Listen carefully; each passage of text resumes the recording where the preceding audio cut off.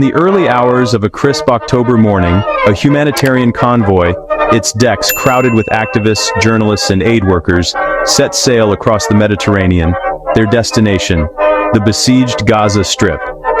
The air was thick with anticipation and anxiety as the flotilla, a patchwork of over 40 boats from the global Sumud coalition, cut through the waves. Their mission was clear: to deliver desperately needed aid directly to Gaza and to challenge a blockade that has, for nearly 2 decades, shaped the daily lives of over 2 million people. But as the convoy drew closer to its destination, the horizon darkened, not with storm clouds, but with the unmistakable silhouettes of Israeli warships, engines rumbling, weapons at the ready. The stage was set for a confrontation that would reverberate far beyond these waters. The Mediterranean, usually a symbol of connection between continents, now became a tense arena where humanitarian ideals and military imperatives collided. For those on board, every mile brought them closer not just to Gaza, but to a moment that would test their resolve and the world's conscience. The world's media had been tracking the flotilla's progress for days, with live feeds and breaking news alerts capturing every nautical mile. Cameras zoomed in on banners fluttering from the decks, emblazoned with messages of solidarity and peace. The story was unfolding in real time, and millions around the globe tuned in, watching as the convoy pressed forward, undeterred by warnings from Israeli authorities. The tension was palpable, not just on the water, but in capitals and living rooms worldwide. Would the flotilla break the blockade, or would it be stopped in its tracks? News anchors speculated on possible outcomes, while social media buzzed with hashtags and heated debates. For many, the flotilla was more than a news story. It was a test of international will, a barometer of global empathy, and a rare moment when the world's attention was fixed on the plight of Gaza's civilians. On board, nearly 500 activists from 47 different countries had come together, united by a single purpose.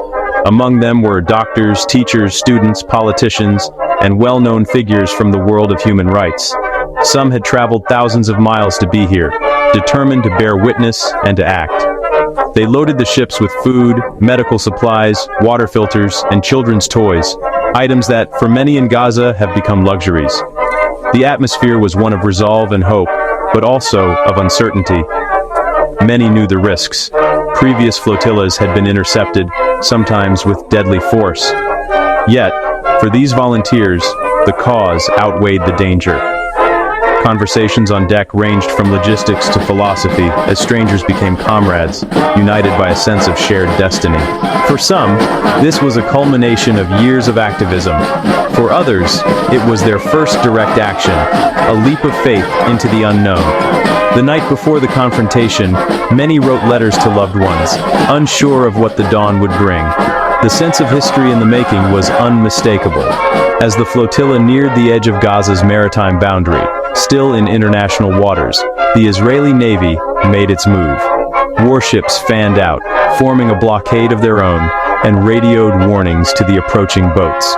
The message was blunt: turn back, or face the consequences. Organizers on the lead ship broadcast their own message in response, insisting on their right to deliver aid and to protest what they called an illegal siege. The standoff escalated quickly, with both sides refusing to yield. Tensions mounted as the ships drew closer, with activists donning life jackets and preparing for possible boarding. The Israeli Navy, well-drilled and heavily armed, maintained strict radio silence except for their warnings, heightening the sense of impending crisis. The world watched as the two sides, separated by only a few hundred meters of open water, braced for a clash that seemed inevitable. According to flotilla organizers, the Israeli Navy responded with force. Water cannons blasted the decks, drenching activists and sending supplies tumbling. In some cases, larger vessels rammed the smaller aid boats, causing damage and panic among those on board.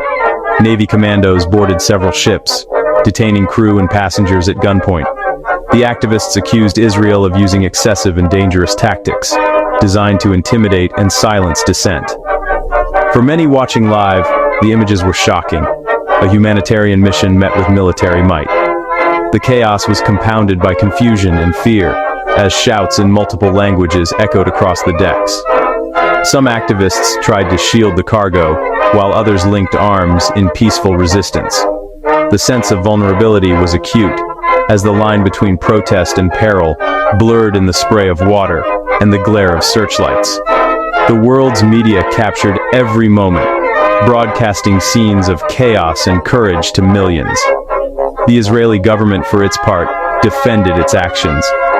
Officials held press conferences, insisting that the blockade was a matter of national security. They argued that allowing unchecked shipments into Gaza could enable weapons smuggling and threaten Israeli civilians. Aid, they said, should be delivered through official crossings, where it could be inspected and distributed under supervision. The flotilla, they claimed, was not a neutral humanitarian effort, but a deliberate provocation, an attempt to embarrass Israel on the world stage and to provide cover for more sinister agendas. Israeli spokespeople emphasized the complexity of the security situation, pointing to past incidents where weapons had been smuggled into Gaza under the guise of humanitarian aid.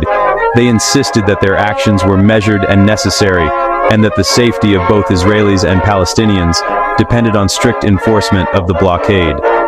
The government's narrative was echoed by some international allies, who called for restraint, but stopped short of outright condemnation. In the aftermath of the confrontation, more than 400 people were detained by Israeli authorities. Among them were high-profile activists, including climate campaigner Greta Thunberg and several European lawmakers. Images of their arrest, hands bound, faces defiant, flashed across social media and news broadcasts. Supporters hailed them as heroes, willing to risk their freedom for a cause they believed in. Critics, meanwhile, accused them of grandstanding and of meddling in a complex conflict they did not fully understand. The detentions sparked a wave of solidarity statements from NGOs and political leaders, while families of those detained anxiously awaited news. For the activists, the ordeal did not end with arrest. Many faced lengthy interrogations, legal uncertainty, and the prospect of deportation or prosecution. The personal cost of their stand became a new chapter in the ongoing struggle for Gaza.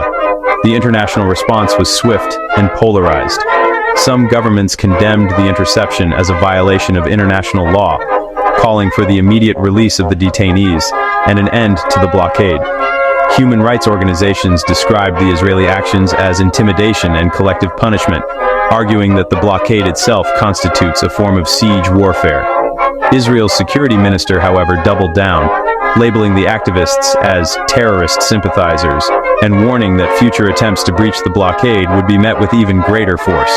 The rhetoric on all sides grew more heated as the world debated the legality and morality of both the blockade and the flotilla's challenge.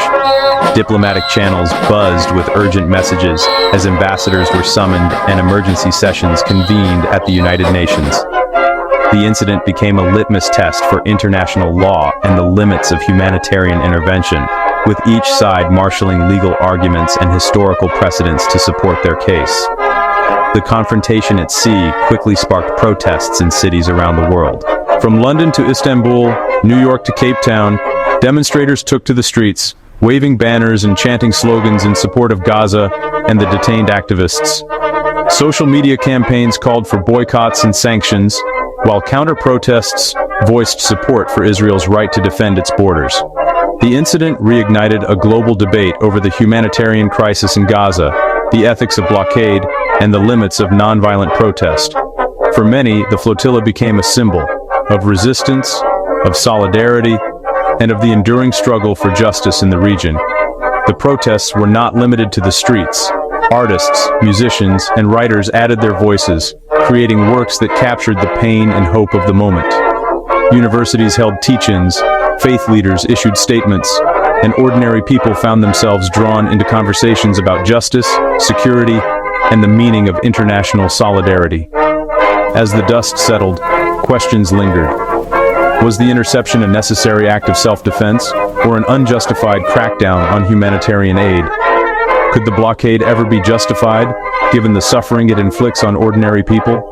And what, if anything, could break the cycle of confrontation and mistrust that has defined the Israeli-Palestinian conflict for generations? Debate panels on news shows dissected every angle, while security experts and human rights lawyers weighed in with competing interpretations of international law. For the people of Gaza, however, the outcome was all too familiar. Another shipment of aid blocked, another chapter in a long and painful story. The blockade's impact is felt in every aspect of daily life: shortages of medicine, fuel, and clean water, and a sense of isolation from the outside world. The flotilla's journey, though dramatic, was just one episode in a much larger narrative of struggle, resilience, and hope for a better future. The story of the Gaza Flotilla is far from over. It's a flashpoint in a conflict that continues to divide opinion and defy easy solutions. What do you think? Was this a courageous act of solidarity or a reckless provocation? Let us know in the comments below, and subscribe for more in-depth coverage of global events, where we break down the headlines and bring you the stories behind the news.